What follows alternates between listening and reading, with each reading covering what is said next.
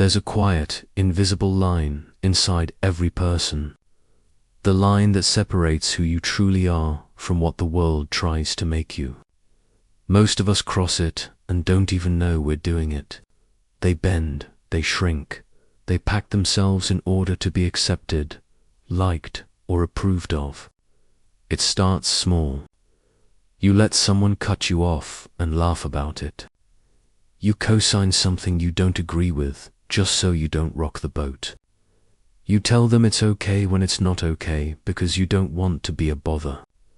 Over time, this habit becomes a way of living, and before you know it, you're not living for yourself anymore. You're living for everyone else's comfort. The Stoics warned about this long before our time.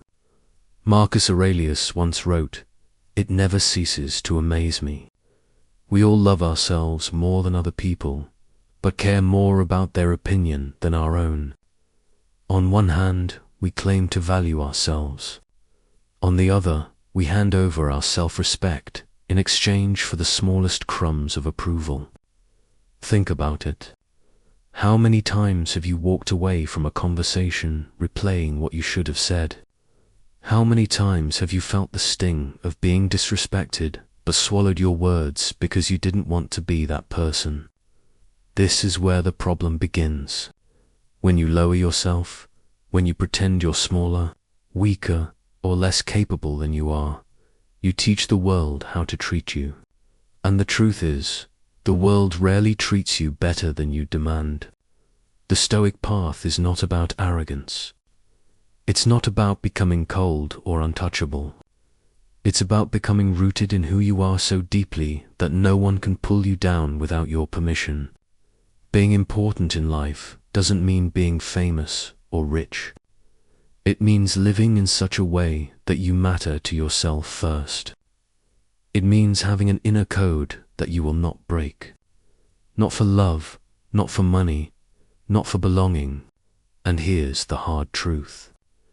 The moment you start lowering yourself for others, you stop respecting yourself. And when you stop respecting yourself, you invite others to do the same. The Stoics understood this as a matter of virtue. Epictetus taught that you should never trade your integrity for anything that doesn't truly matter. If something costs you your self-respect, it's too expensive, no matter what it promises in return. So, in this video, we're going to explore 5 Stoic lessons that will help you never lower yourself again. These aren't vague, motivational phrases. They're practical, clear, and deeply human truths that you can use in your own life. Starting now, you'll learn how to hold your ground without being aggressive, how to value your own voice without needing constant validation, and how to become a person who commands quiet respect. The beauty of Stoicism is that it doesn't just tell you what to do. It teaches you why it matters. Because when you understand the philosophy, you realize this isn't about winning in social situations. It's about protecting the most important relationship you will ever have, the one with yourself. I want you to imagine, just for a moment, a version of yourself who never needs to explain their worth. Someone who doesn't shrink when challenged. Someone who can be silent when needed, speak when necessary, and walk away when respect is no longer on the table. That version of you is not a fantasy. It's a skill you can build. But only if you stop lowering yourself and start living according to a code that no one else can rewrite.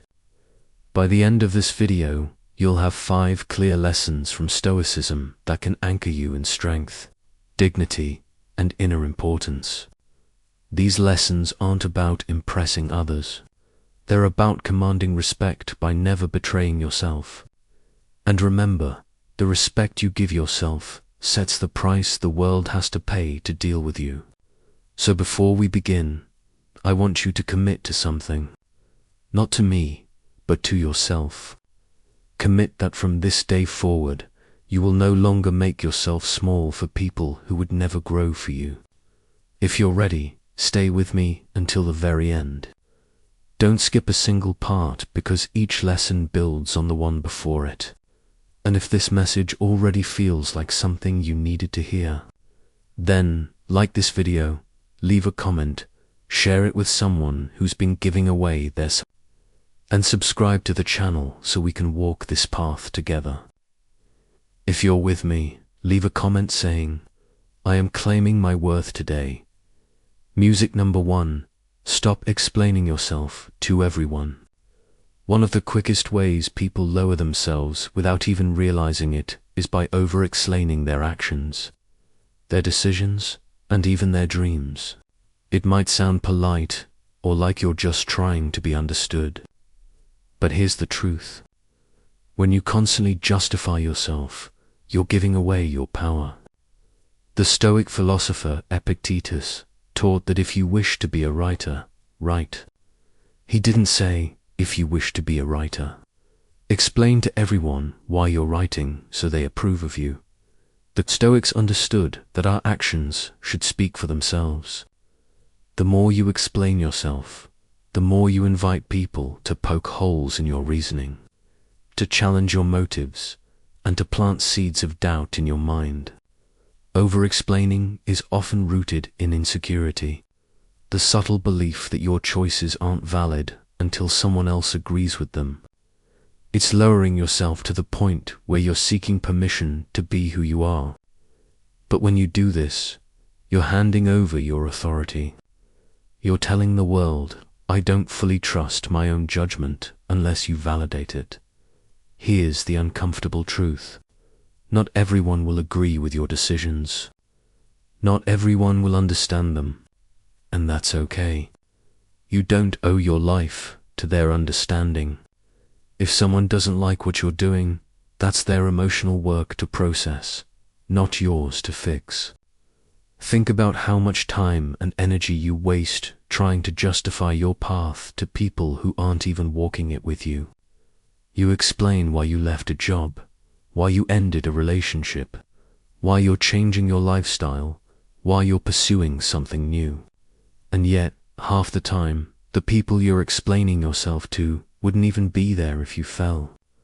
Stoicism teaches that peace comes from focusing on what's within your control, and other people's opinions are not within your control. Every moment you spend trying to make someone understand you is a moment you've taken away from actually living your truth. When you stop over-explaining, you're making a statement. I trust myself enough to move forward without your approval. That's a powerful form of self-respect, and it doesn't require arrogance, just clarity. You don't have to be rude. You don't have to push people away.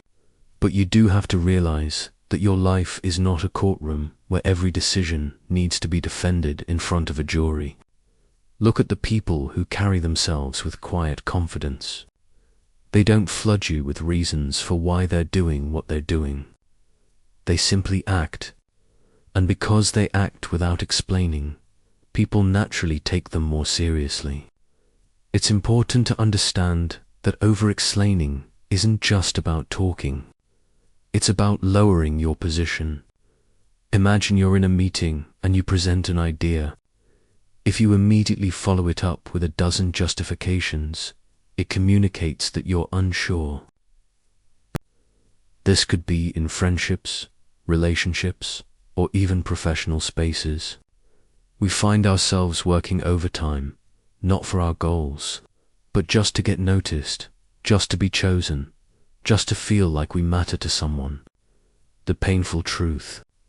When you compete for someone's attention, you are silently telling them that their approval is worth more than your dignity.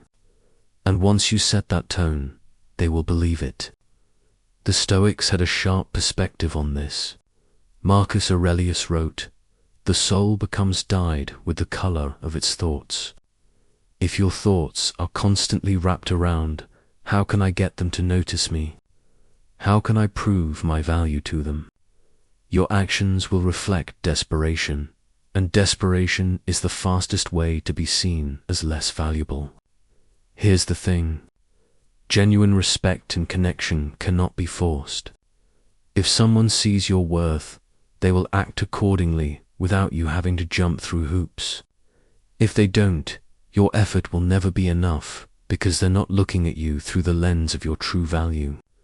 When you chase attention, you're placing yourself in a mental auction where your worth is up for bidding. You're giving someone else the power to decide if you win or lose. And that's dangerous. The Stoics would say that you are allowing what is outside your control to dictate your inner peace. And here's the trap. Sometimes you do get their attention for a moment. They might suddenly respond, show interest, or give you praise. But it's temporary because the foundation isn't respect. It's your constant effort. The moment you stop trying, the connection fades and you're back to chasing again. This cycle is exhausting. It also teaches you to measure yourself by how much attention you're receiving instead of the value you bring as a person. The Stoic approach: remove yourself from the competition altogether. Don't even enter the race.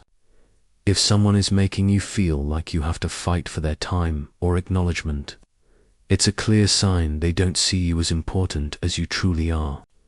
Think about the most respected people you know. They don't sit around wondering how to make others notice them. They are focused on their mission, their principles, their growth. And because of that, people naturally gravitate toward them. Attention comes as a side effect of living with purpose, not as the goal. Instead of asking, how can I get their attention? Start asking, do I even want the attention of someone who doesn't value me without me asking for it? When you look at it this way, the answer becomes clearer. Epictetus taught, if you want to improve, be content to be thought foolish and stupid. In other words, be willing to let people misunderstand your worth while you quietly build it. The right people will see it without you having to advertise it. This doesn't mean you become cold or distant. It means you stop performing for people's interest. You can still engage. You can still care, but you stop attaching your self-worth to whether they pay attention to you or not. And here's something important. People can sense when you're trying to win them over. Even if you hide it behind jokes, favors, or over-involvement, the energy is still there. And energy communicates more than words ever could. When you stop competing for attention, something incredible happens. You stop giving away your power. You shift from please see me to I know who I am, and I'm not going to shrink myself just to be visible to you. In time, the right people will notice you without you even trying. And here's the kicker. The ones who didn't notice before will suddenly wonder why you're not trying anymore. That's when you realize that attention is cheap. What you truly need is respect, and that only comes when you refuse to beg for it. If you want to live as someone who is important, understand this. Importance is not granted by other people's eyes. It's claimed in your own mind first. So stop running in a race you never signed up for. Stand still. Let them pass you if they want. You have a different finish line. Number 3, learn to walk away without warning. Most people think strength is about fighting, proving yourself, or winning arguments.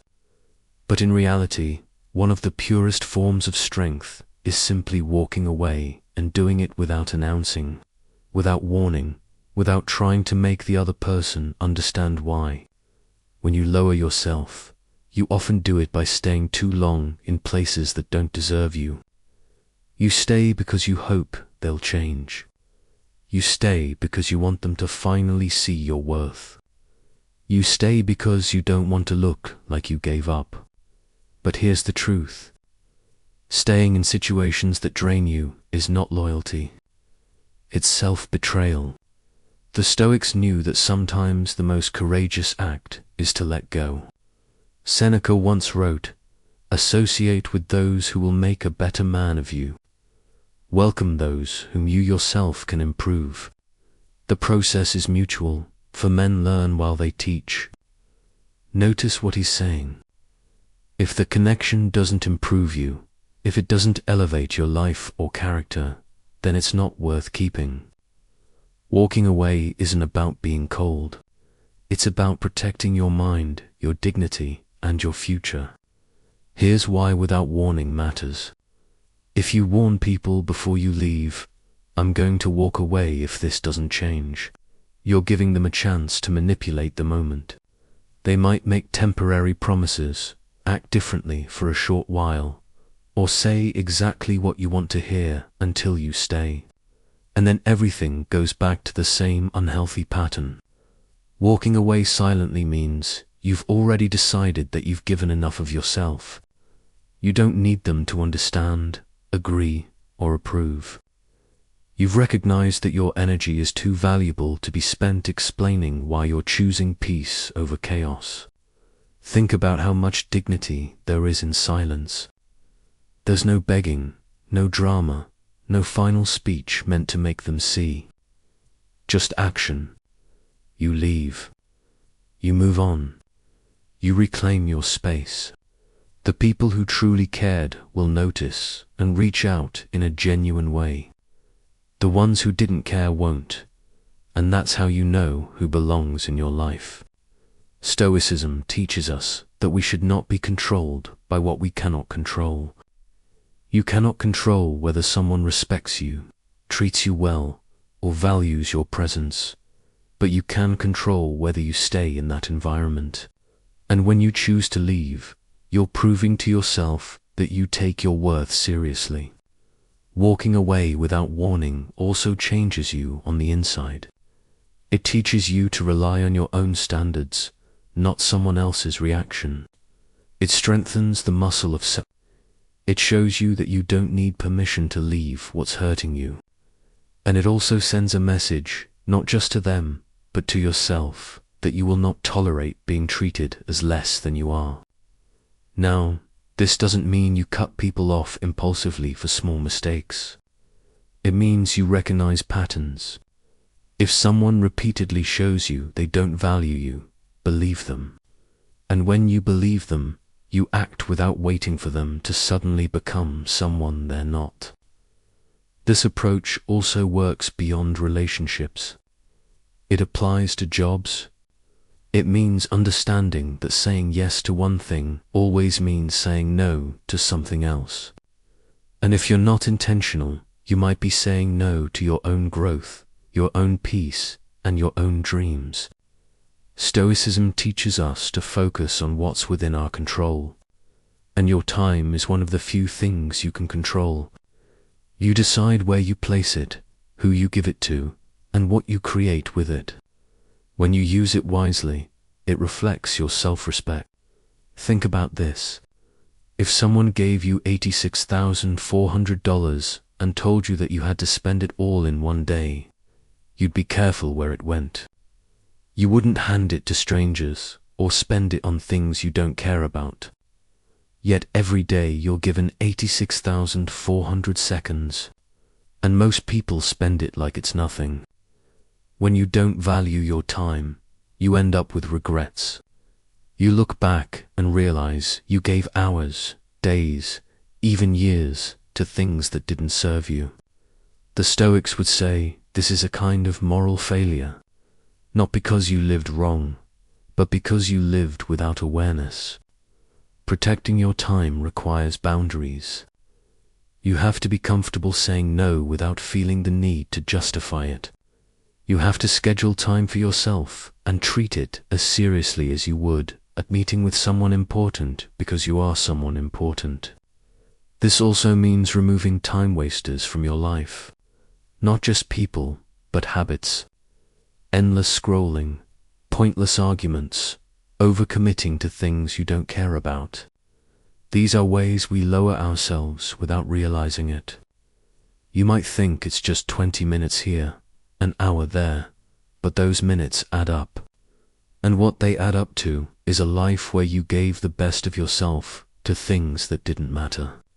When you protect your time, you start to notice something powerful. people begin to respect it too. If they know you won't waste your own time, they're less likely to waste it for you. Marcus Aurelius reminded himself, "Do not act as if you were going to live 10,000 years. Death hangs over you. While you live, while it is in your power, be good." In our context, be good means use your time well. Spend it on what strengthens you, what brings peace, and what aligns with your values. Don't lower yourself by being endlessly available for things that pull you away from the life you want to live. Before you commit to something, ask yourself, if this were my last week alive, would I still give my time to this? If the answer is no, think twice before saying yes. The more intentional you are with your time, the more your life will feel meaningful, and the more meaningful your life feels, the less you'll tolerate anything that steals from it. So, protect your time like it's gold, because it's the only currency you can't earn back. If you're ready to guard your time like treasure, let the community know, my time is priceless. I spend it with purpose. Number 5, speak less, mean more.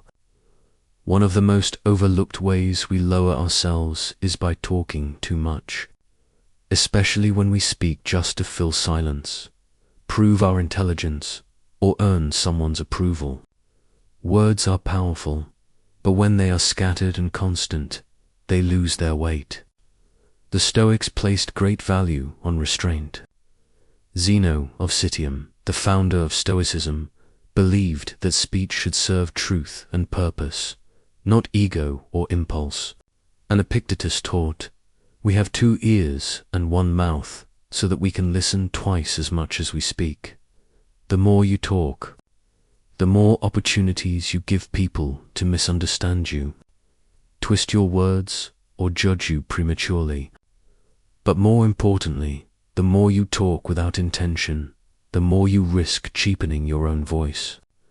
Think about the people you respect most. Often they aren't the ones who dominate every conversation. They are the ones who listen, observe, and then speak with precision. When they say something, you pay attention because they don't waste their words. When you speak less, your words naturally carry more authority. People start to notice that when you do speak, it's worth hearing. This creates a quiet form of importance, not because you're withholding for manipulation, but because you're intentional. Speaking less also gives you time to think. Many people damage their own respect by speaking in the heat of emotion, blurting out promises they can't keep, or revealing things they later regret. The Stoics believed in pausing between stimulus and response, in giving the mind space to filter out what's unnecessary before acting or speaking. And here's where this connects deeply to never lowering yourself again. When you speak without purpose, you're often trying to prove something. You're trying to fill the space so people won't overlook you. But that comes from fear. Fear of being ignored. Fear of being misunderstood. Fear of being forgotten. The truth. People remember silence more than they remember noise. They remember the person who could stay calm in chaos, who didn't have to defend themselves at every turn, who didn't waste energy in endless explanations or gossip. This doesn't mean becoming cold or detached. It means letting your silence work for you. When you remove the need to constantly speak, you allow your actions, your presence, and your consistency to speak for you. Speaking less is also an act of discipline, and discipline is a form of self. It tells the world, I don't need to give you all of me to prove my value.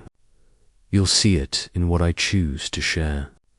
Another benefit, you gain control over your narrative. The less you give away, the less room others have to control the story about you. You decide what's shared, when, and with whom. This kind of self-control naturally commands respect. Marcus Aurelius wrote, "If it is not right, do not do it. If it is not true, do not say it.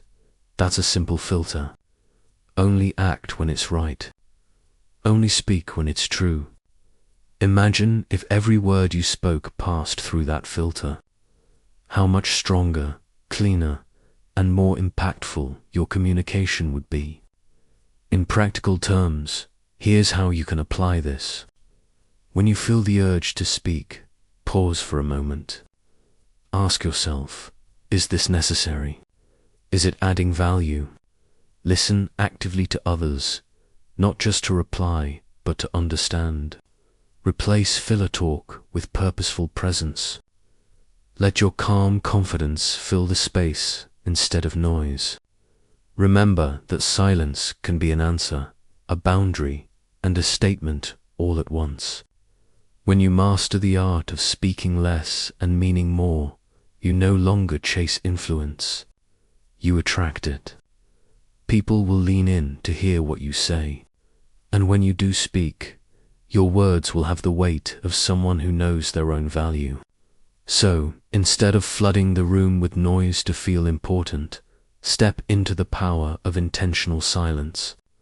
Let people feel the strength of your presence before they even hear the sound of your voice. If you're ready to speak with power and purpose, share below. My silence holds power. My words carry weight. Lowering yourself is rarely a single obvious moment. It's a gradual erosion, a little compromise here, a small silence there, an extra effort for someone who wouldn't lift a finger for you. Over time, those small moments add up.